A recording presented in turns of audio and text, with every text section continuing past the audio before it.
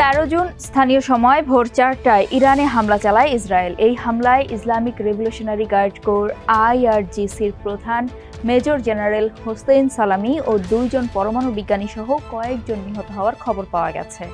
IRGCর প্রধান major general Hossein সালামি নিহত হওয়ার খবর নিশ্চিত করেছে ইরান ও আন্তর্জাতিক বেশ কয়েকটি গণমাধ্যম।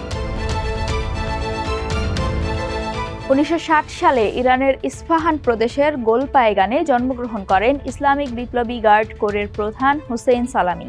1980 সালে ইরাক-ইরান যুদ্ধের সময় আধা সামরিক বাহিনী IRGCতে যোগদান করেন সালামি। তিনি তখন কলেজ ছাত্র ছিলেন।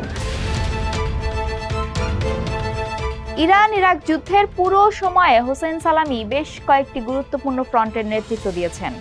এরপর তিনি IRGCর বিভিন্ন শাখায় কমান্ডার হিসেবে দায়িত্ব পালন করেন। সালামি ইরানের ইমাম হুসেইন বিশ্ববিদ্যালয় থেকে অ্যারোনটিক্স ও অ্যারোস্পেসে উচ্চশিক্ষা লাভ করেন এবং পরবর্তীতে ওই প্রতিষ্ঠানে শিক্ষকতাও করেছেন। সামরিক দক্ষতায় নিজেকে প্রমাণ করায় 2005 সালে ইসলামিক রেভলিউশনারি গার্ড কোরের ডেপুটি কমান্ডার হিসেবে নিয়োগ পান হোসেইন সালামি। 2019 সালের 21 এপ্রিল IRGCর সাবেক প্রধান মেজর জেনারেল মোহাম্মদ আলী জাফারির স্থলাভিষিক্ত হন হোসেইন সালামি। ইরানের সর্বোচ্চ নেতা আয়াতুল্লাহ আলী খামেনি তাকে বিপ্লবী বাহিনীর কমান্ডার ইন চিফ নিযুক্ত করেন। হোসেইন সালামি কৌশলগত সামরিক চিন্তাভাবনায় পারদর্শী ছিলেন, তাই ইরানের প্রতিরক্ষা নীতিতে গুরুত্বপূর্ণ ভূমিকা পালন করে আসছিলেন তিনি।